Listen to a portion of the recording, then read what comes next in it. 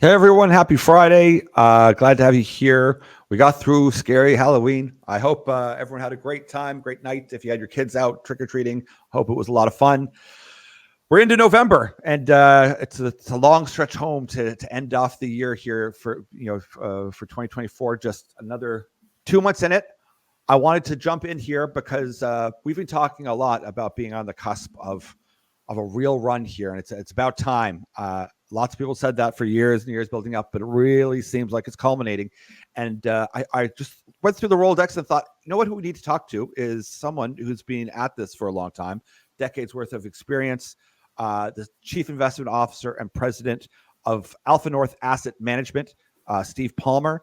The reason why we want to talk to him about his basic insights on Canada, the economy, juniors, especially mining, what's happening in the world, is his fund has a very specific honor of whenever, I don't want to take it away from him, but there's a reason why he's on here. I don't want to give it away. We'll let Steve tell him. I'll let him tell instead of me stealing his thunder. But we wanted you on here. We're grateful to have you here. We'll steal some knowledge and some wisdom from you, and what to expect here before Christmas and then after.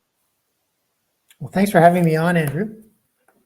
Real pleasure. So tell me a little bit about the fund. I kind of set it up there, and I don't want to take away from you, but there's a big reason why someone should be interested in your fund specifically right now, and in the bigger theme of what we kind of follow with the energy and mining stocks and the juniors in particular. Right. Well, our flagship fund is called the AlphaNorth Partners Fund, which was launched in 2007. And since that time, the venture index, which is our benchmark, has done quite poorly. But we've outperformed significantly, as you can see on this chart. But my high-level pitch these days to investors is, during each of the past 4 bull markets in the TSX Venture Index, it's been the number 1 performing fund in Canada.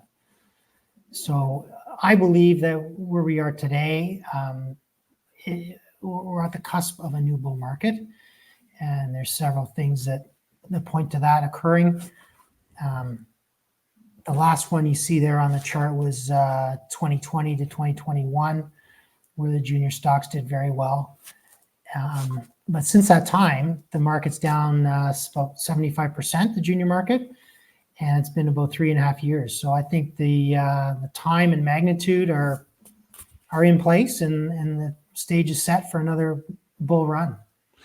So to get to that why you think that there's a bull run, you have had a lot of market experience. So we haven't had a ton of them. We've had these hiccups and these kind of false starts and these good things. What is it this time here that you see with the culmination of all the experience you've had, working in the industry? What are some of the things that you see either in the economy, in the dollar, in whatever it is, that leads you to believe that this is starting to move? Well, as I mentioned, the 2 key factors are the time since the peak. So it's been several years. We've had a significant pullback, 75%. If you do a blend of the CSE index and the TSXV, another important factor is sentiment, investor sentiment, and that it's improved now, but a few months ago, I talked to a couple guys that have been in the business for 50 years, like veterans of the small cap space, and they both told me they have never seen it as bad as it is, like in terms of sentiment. So when sentiment's at a negative extreme, that's typically an inflection point. Yeah. And another thing that gives me optimism is the commodity price action, particularly in the precious metals. Like we've seen gold hitting all-time highs. A major component of the junior market in Canada is precious metal stocks. So if you have a bull market in precious metals, that'll spill over into other sectors as well. And the stocks have lagged, but they can't lag forever. Yeah. Yeah, I was going to say, I mean, there's like a rally and a rally as well. Like we talked a little bit beforehand that right now precious metals is leading the charge. Gold usually does. I think you would agree, but we have other commodities like nickel just getting a ball, like just bombarded. And it's odd to me because I look at things in long term. It's almost like, oh, we're never going to use nickel again. And the sentiment is so low. But I mean, what do you take from this, the commodity action, all these prices, and like it's not getting as much pickup in the junior space with gold yet, but they do respond quickly to the negative sentiment. That's for sure. Yeah. Well, I should also mention copper, because copper is another key commodity, and it's off its all-time high. But a few months ago, it was traded over $5 a pound, which is, I believe, that was an all-time high as well. So, it's the whole copper theme with the electrification of everything, like the build out of all these data centers for AI. There's going to be a huge continuing demand for that metal, and companies have not been spending enough to find new deposits and bring on new production in a lot of these metals. Yes, I mean that's a thing we kind of harp on people, is there's almost kind of like a like, hey, when we need it, we'll get it. And if you look at some of these charts of supply demand, I mean, copper in particular, there's a cliff of falling off because there hasn't been any major new discoveries mineable or mines created in quite some time. And even if you're waiting on South 32 there in Arizona, the Taylor deposit to get on board, that's still a little bit off. Like it's almost as if people understand are starting to come together with the idea that we need these critical metals, but they almost seem to think that they're easy to get, or I don't understand. There's a disconnect. True. Yeah. You can't bring on copper production overnight. But the demand for some of these, like the infrastructure for EV vehicles and the AI data centers, they want that in place tomorrow. Like they're building them out quite quickly. Do you think some of it's impatience too? Like people know we need data centers, but I want to invest in the chips because it's in the news in front of my face all day long. It's going to take a couple of years to build out a data center, or say 3 Mile Island, with energy to support that data center. Do you think some investors they're just not as disciplined, focusing more long term?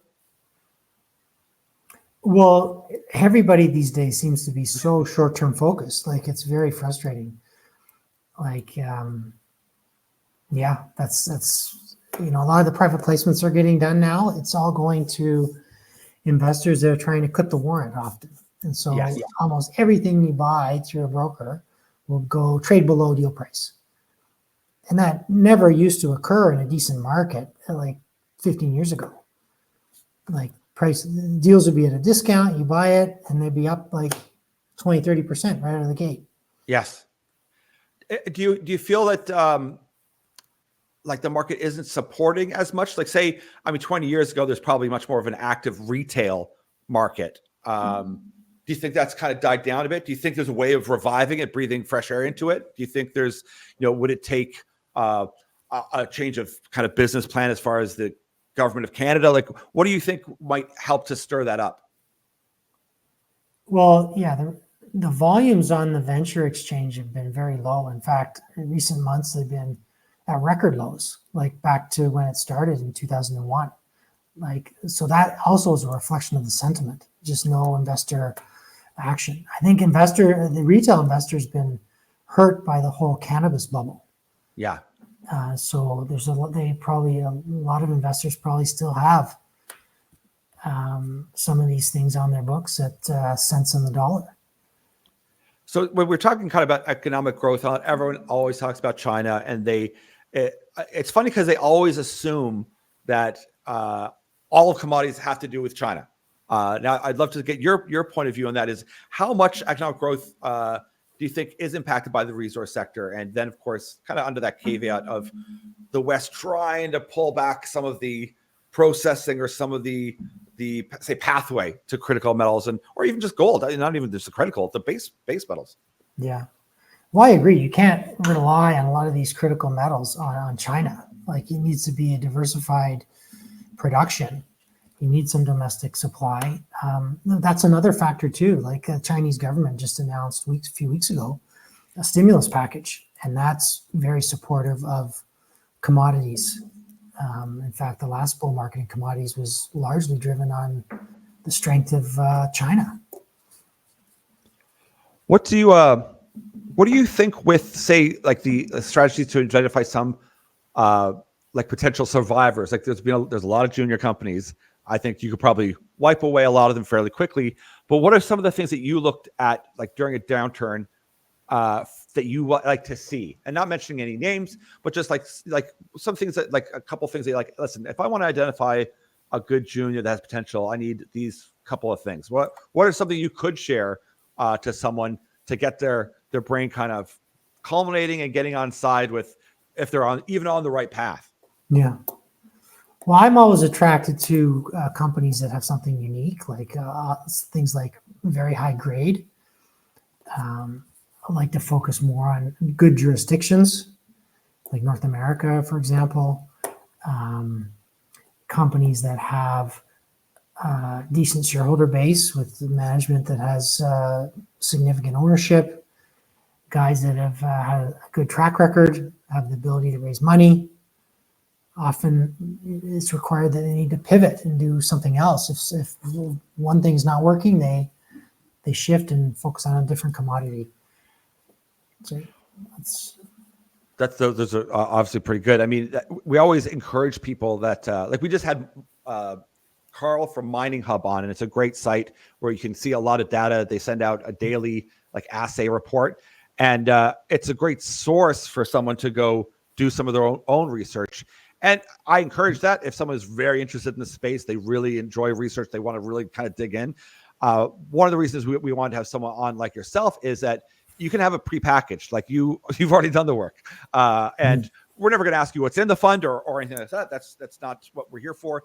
But we want someone to kind of put forward that here's someone who understands the space, who has more than an inkling. And that's not just because of the data or the charts or what's happening, is that you are talking to people all the time. And that sentiment from not only just retail, but from other funds, other family offices, major money movers. What's that? I guess that's all kind of bubbling up and giving you that sense, that spy sense that we're on the cusp of something. Yeah. Well, I should point out that our fund is a diversified fund, so it's not just resource focused. Like yes. I would say maybe a little over half, maybe resources now, but there's a significant component of technology and biotech. Well, that's good. So, like, I wanted to focus. That's a good kind of segue into how do some of the technological advancements, not only in alternative energy, but in say with AI and biotech, or in any of these other spaces, how does that work in the portfolio to balance it out as far as risk profile, but also what do you see growing there as well? Well, biotech is very similar to like a junior miner. Like it's often a lot of capital required. It's like you do a clinical trial in biotech, and it's a binary event. It's similar to exploration drilling. Like you either hit or you don't. Yeah. Yeah. I always liken that too, that people seemed a little bit more open to the massive sums spent in biotech or even AI. And there's the AI infrastructure, and NVIDIA's captured that. But when they're talking about, like, say, a generative AI, or that there's going to be a winner. So there's money spread out everywhere, just like on a new drug. There's going to be a winner, but there's mostly going to be losers. And there's going to be so much money spent. But it's funny, that is, like you said, it's just like mining. But people seem to get a lot more upset in mining when you say, listen, it's R&D. You're poking a little hole in the ground to find veins. Most of the time it's going to be very challenging, because if you imagine, it's very challenging. But they seem to get a lot more upset whenever when they don't have a winner each time, or when they get results, they're like, oh, that's not great. Well, that's why you need to take a diversified approach. You have a basket of these, and you don't get blown up on just one, because often these things don't work out.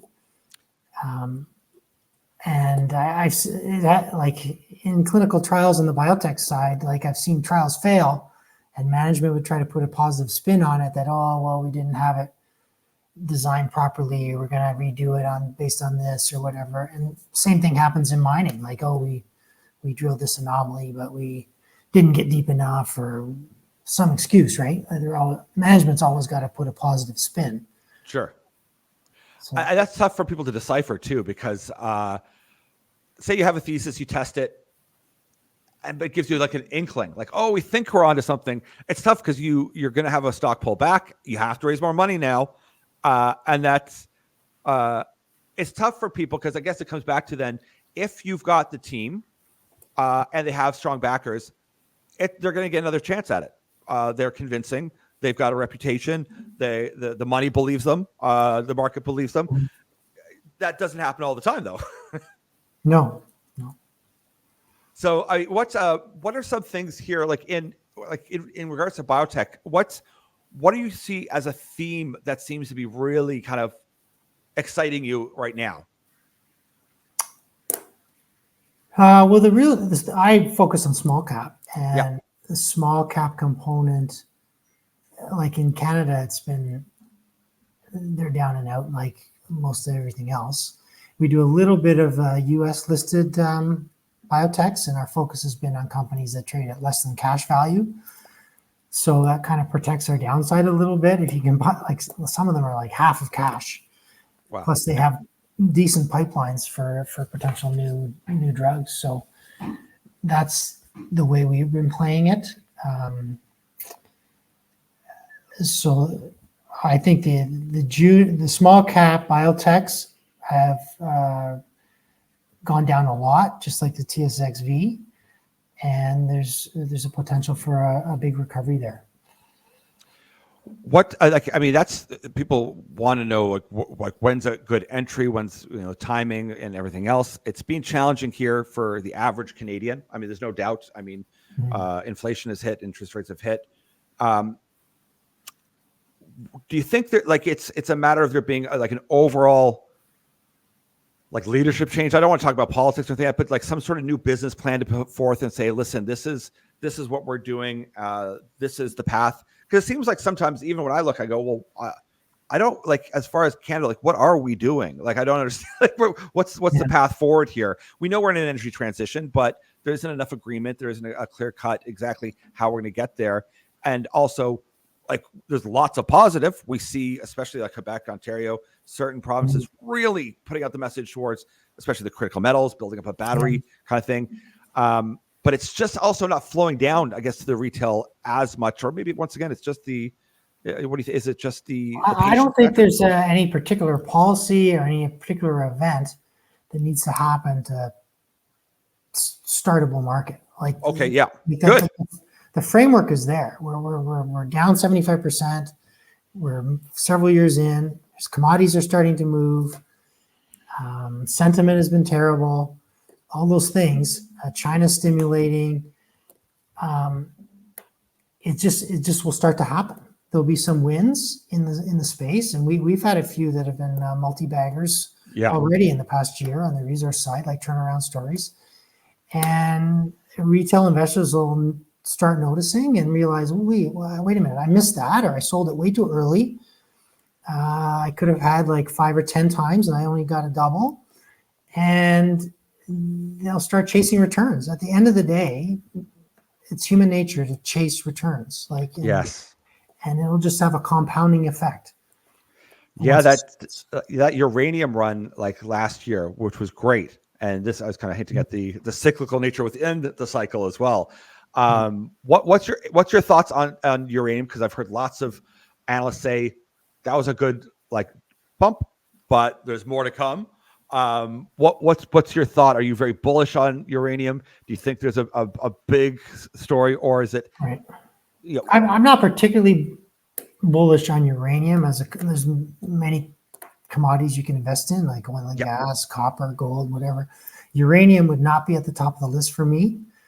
I admit we totally missed the bull run in uranium that occurred over the last couple of years. But a lot of the same The bull case hasn't changed in 20 years. Like the last bull run, I got all the same arguments. Where I look at how many reactors that China's building and like all this stuff. Uranium still crashed, and there was a decade where it did absolutely nothing. Yes. Decade bear market. And I tend not to, when a commodity like lithium or uranium goes up exponentially like they have recently, and they come correct, it usually takes time before they bounce back. Yes. Okay. I would rather invest in commodities that have not had that big run yet. Yes. Well, maybe that's a good segue to, once again, not company specific, but your overtake on energy, oil and gas. That is always a heated discussion with people because, and we talked a little bit beforehand, one would think that because there was a lot of negative sentiment in the U.S. that they hadn't produced a lot of oil and gas. They certainly did in the last 4 years. So what's your thought, even though the sentiment was down, what are your thoughts going forward? It's a tricky one, but what's your thoughts? I think I'm positive on the energy space. I think there's not enough money being spent. Global demand for oil is increasing. It's going to continue to increase for at least till the end of the decade, despite all those EV actions. And companies are, they're focused on shareholder returns now, share buybacks, dividends. They're not blowing their brains out on all this crazy drilling that's, and piling on debt. It's quite the opposite. So I think when we do get a commodity rebound, probably next year, there could be another really good run in the energy stocks. Talking about like kind of runs and we're not into timing over here. I always joke that I'm not a trader. Like I've got the worst timing. I've got good overall macro, and I'm more of just a sit and hold something and that's it. But you're kind of saying right now we're on the cusp of this kind of run, but we're also coming into like a tax like sell off. Like people will go, oh my God, I have to sell this and buy that. Do you think that'll have any effect coming in, or is like once again it's like yeah people might sell some of their losers, but they're gonna be buying winners? Like right. I know people have taken some tax losses over the last couple of years. I don't know that there's going to be any. This year's going to be an outlier in terms of abnormal tax loss selling. September, October, and November are generally tough times for the market. And the work that I've done on the junior market is that the best performing months of the year are December, January, February, by far. Okay. Like December is almost always positive. In fact, the last 2 weeks of December have been always positive, 100% of the time for the venture. So I usually make sure I'm all in going into December because the odds are in your favor. And tax loss selling is one of the reasons that causes that seasonality. Yes, that's really interesting. Overall, and this is kind of like an overall kind of this question. We're called the market mindset for a reason, and part of it is the mindset thing. Is you have to have a very special mindset. And I want to kind of get into like your mindset of to be in the junior space. Like you have to be very resilient. Like I think.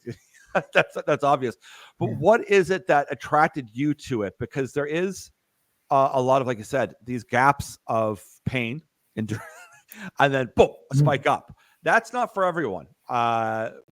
What's it about you that it either attracted you to it, or do you just fundamentally have that kind of that personality or sentiment that's like, I can handle that. I'm built for that. Well, I'm used to it now. You're calloused. I remember. You just got to take a diversified approach to it and just be prudent. Don't lever up too much and get in trouble. And it's quite exciting in a bull market. It's like my analogy is it's the junior market's either going straight up or straight down. Yeah. Unfortunately, during the last decade or so, it's gone mostly down, but those periods where it goes up, it makes up a lot of ground. Like Like if you look at the last 4 bull markets, we've done on average 665% in the fund, which is Yes. almost triple the index during those periods. So it becomes very fun very quickly. So you just gotta hang in there. Let's just kind of rebuild from there, because I'm going to put this under context of, I was listening to Michael Gentile on an interview, and it was wonderful because he was just reminiscing about, like, guys, I don't want to get promotional here, but when this thing goes, like, let me put some context in this.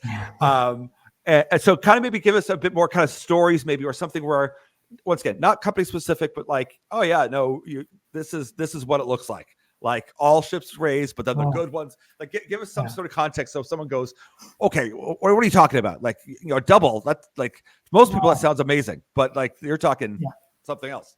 Well, we've had multiple 10x returns. The last cycle we had one that we bought a private placement. As you guys know, it's a 4-month hold for private placements. Yeah. And the investment went up 10x within the 4 months. Yeah. And that in that situation, I went, okay, I got to try to get off. I got to get out of this. Yeah. We found another institutional buyer to buy it from us within the 4-month hold period. Oh, so wow. We crystallized it. Yeah. Yes. So that's the kind of thing that can happen. Well, that's the other thing, like having someone like yourself that has a fund, is that it's, if you have big winners, it's almost just hard to sell it. Like, it really is a challenge. Like, I mean, maybe you agree with me, maybe you disagree, but I know for me is, it starts going up, you think this is the one. Like it's Facebook, it's Amazon, it's whatever. Yeah. It's like, you have to have that discipline to be also like, let's take something off the table here. Let's be careful. Well, that's the trickiest thing, is knowing when to sell. And I don't typically look at my cost base in terms of making the sell decision. That's totally irrelevant what our cost is. So we try to let things run that are working out. But the other thing I've found over the years is almost, I'd say 90% plus will return to 10 cents. Like, most companies will fail. Yes. If given enough time. So you do have to get out at the right time. Yes. Like, I look at the last bull run in 2020, 2021, we had 2 or 3 ones that were investments that went 10x, and every one was down 80, 90% from the peak. So it's good that we got out.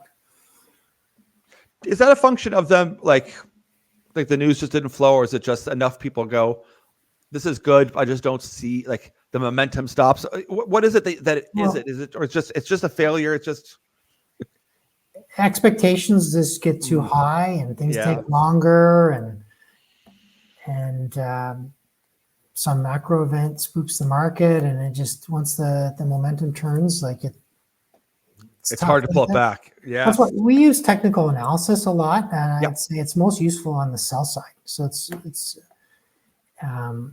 like, just because a company hits what we determine as fair value, like, for example, these US biotech stocks, just let's say we had one that went back to cash value, so we have a double. I'm not necessarily going to sell it just because that happens. I'm going to look at the chart and say, is the momentum there that this looks like it's going to continue higher or not? And that's been very helpful in the past, helping us to identify precise times to sell. That's, I mean, once again, and having the expertise in technical analysis, seeing the volume, seeing not only the fundamental news and what's happening with the company, but that's also a skill a lot of people don't have, like, especially if they're retail and they're new. They might just understand the basic understanding of, hey, they've got good assays, or they've got this, or the biotech looks strong, but not being able to read a chart, that is tough. It's harmful for people as well. Yeah, I would argue most guys would, like, a lot of guys get in at the same price. There's a private placement, everybody gets in, same terms. Some guys will try to clip it and keep the warrant and make their 5 cents. Some guys, if they get a double, they're long gone. They're happy with that. Other guys will ride it all the way up and all the way back down. Yeah. And what we try to do is get that somewhere in the middle, the sweet spot, where it goes up by, whether it's up 5x or 10x, get out, and then it rolls over. Well, listen, I don't want to keep you too much longer here because I know you've got a lot else going on, and I want you to have a great weekend. But we want to put up here on the screen your site again here, AlphaNorth Asset Management, so that people listen. If you don't want to do this yourself, I don't want to say to reach out to Steve just in case he doesn't want you to send me emails. You can send me a message. I can forward it on to him as well if you've got interest. Or if you have further questions, we're happy to send them on to Steve as well, because it's great to know from the conversations you get to have and the people you get to hang out with and chat with and discuss with, that whenever you're feeling that, like, listen, those alarm bells inside are going, I'm seeing the charts, I'm seeing the sentiment, I'm seeing the volumes. That's very encouraging, because there's lots of other people in our space, the newsletter space, that are like, no, this is happening. And I obviously eagerly anticipate and want that to happen, but I don't want my hopes to cloud the vision. So it's wonderful to have someone like yourself who's got immense experience to see as well that no, there's something happening here. Okay, yeah, thanks, Andrew. I'm confident that we're on the cusp of something big. Excellent. Well, thanks so much, Steve. We really appreciate your time, and have a great weekend. Thanks, you too.